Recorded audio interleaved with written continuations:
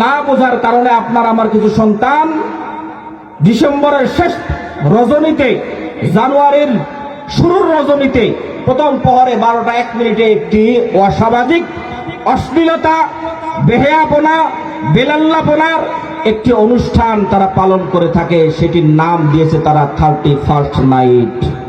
কিরাম 31st night, এটাকে বাংলায় আমরা বলি নববর্ষ, ইংরেজি নববর্ষ উদযাপন রজনী। এই ইংরেজি নববর্ষ উদযাপন রজনী এটি ইংরেজরা সর্বপ্রথম আবিষ্কার করেছে। তাদের ইংরেজি সন আবিষ্কারের ইংরেজরা ছিল, সেটি হচ্ছে যীশু খ্রিস্টের। তারা অর্থাৎ আমরা তো হযরত ঈসা আলাইহিস সালাম বলি, কিন্তু তারা বলে যীশু খ্রিস্ট। এই যীশু খ্রিস্টর জন্ম সন থেকে নিয়ে তারা ইংরেজি সন প্রবর্তন করেছে এবং প্রতি বছর তারা 31st নাইট উদযাপন করে। কিভাবে? নেচে গেয়ে, মদ পান করে, জেনা ব্যভিচার করে, অশ্লীলতা করে, বেহায়াপনা করে, যত অপকর্ম রয়েছে এই রজনীতে তারা করে। এখন তারা করার পরে চিন্তা করলো, শুধু আমরা কেন করব? মুসলমানরা করবে না? তাদেরকেও করাইতে হবে। তারা যেহেতু আমাদের এক্সেট্রা অন্যান্য বিষয়গুলো মেনে নেয়, ফলো করে, অতএব এই 31st নাইট উদযাপনও আমার মুসলমানের সন্তান দিয়ে করাইতে হবে। মুসলমান খুব ভালো করে বুঝবেন, এই 31st নাইট মুসলমানদের পালনীয় নয়, বর্জনীয়। এই 31st নাইট এটি মুসলমানদের রক্তের উপরে দাঁড়িয়ে এদেশে এসেছিল। এটির ইতিহাস বলতে গেলে আবার অনেক লম্বা হয়ে যাবে, সংক্ষিপ্তভাবে বলতেছি আর একটু ইতিহাস। আমাদের এই পাক ভারত উপমহাদেশে সর্বপ্রথম আরবি হিজরি সন চালু ছিল। কিভাবে? ইতিহাস না বললে বুঝবেন না। হযরত উমর রাদিয়াল্লাহু তাআলা আনহুর খেলাফত আমলে তিনি সর্বপ্রথম হিজরি সনের প্রবর্তন করেন, নবী আলাইহিস সালাতু ওয়াস সালামের হিজরতের দিন থেকে নিয়ে, এবং এটি ইতিহাসের পাতায় বিদ্যমান রয়েছে। হযরত উমর রাদিয়াল্লাহু তাআলা আনহুর শাসন আমলে আমাদের এই পাক ভারত উপমহাদেশে সর্বপ্রথম ইসলামের ঝান্ডা উড্ডীন হয়। পাক ভারত উপমহাদেশে যখন ইসলাম আসে, ঠিক তখনই হিজরি সন চলে আসে। 1201 খ্রিস্টাব্দ ইখতিয়ার উদ্দিন মুহাম্মদ বিন মুখতিয়ার খিলজি রহিমাহুল্লাহ তিনি আমাদের এই উপমহাদেশে সর্বপ্রথম ইসলামের ঝান্ডা উড্ডীন করেন। তেনার সময় থেকে নিয়ে মোগল সম্রাট বাদশাহ আকবরের সময়কাল পর্যন্ত শুধুমাত্র একটি সন আমাদের এই ধরাতে অব্যাহত ছিল, সেটি হচ্ছে হিজরি সন, আরবি তারিখ। এরপরে বাদশাহ আকবরের ইন্তেকালের পরে তেনার গদিনিশীন, তেনার সুপুত্র শাহেনশাহ আকবর, তিনি যখন তেনার চেহারে গদিনিশীন হন, তেনার দায়িত্বপ্রাপ্ত হন, তিনি 51 বছর এই পাক ভারত উপমহাদেশ শাসন করেন। গভীর মনোযোগ দিবেন, তিনি 51 বছর এই পাক ভারত উপমহাদেশ, এই দেশকে তিনি শাসন করেন।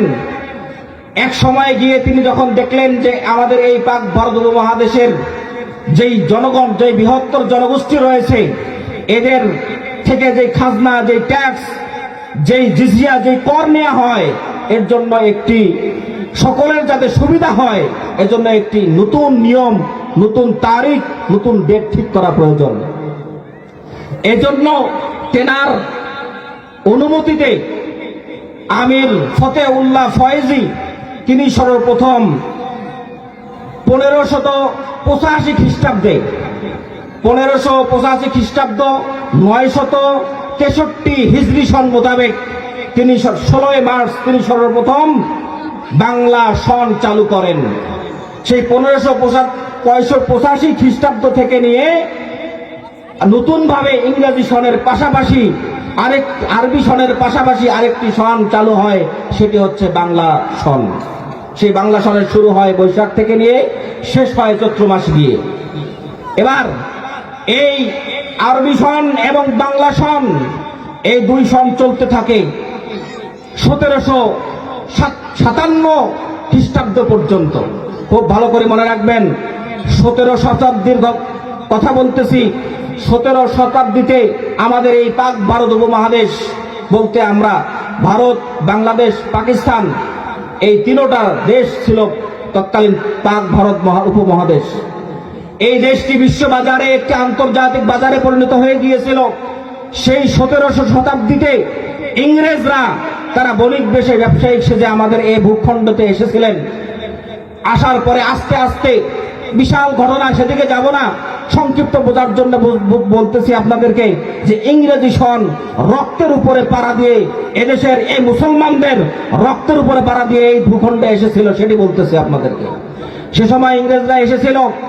আসার পরে আস্তে আস্তে তারা আমাদের তৎকালীন যারা এই দেশের ধর্তাকর্তারা ছিল তাদেরকে হাত করে তাদেরকে বুঝিয়ে সুজিয়ে আস্তে আস্তে জায়গা জমি তারা ক্রয় করা শুরু করলো।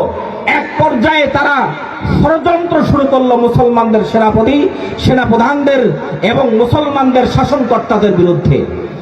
এক পর্যায়ে এদেশকে দারুল হরব ঘোষণা করে শাহ আব্দুল আজিজ মুহাদ্দিস দেহলভী রহমতুল্লাহ আলাইহি 1557 খ্রিস্টাব্দে সর্বপ্রথম জিহাদের ঘোষণা দিয়েছেন।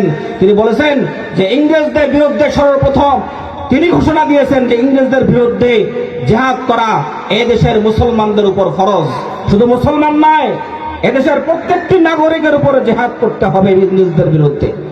সম্মানিত উপস্থিতি, সেই সময়ে ইংরেজদের বিরুদ্ধে পলাশীর যুদ্ধে সর্বপ্রথম পলাশীর যুদ্ধ অনুষ্ঠিত হয়।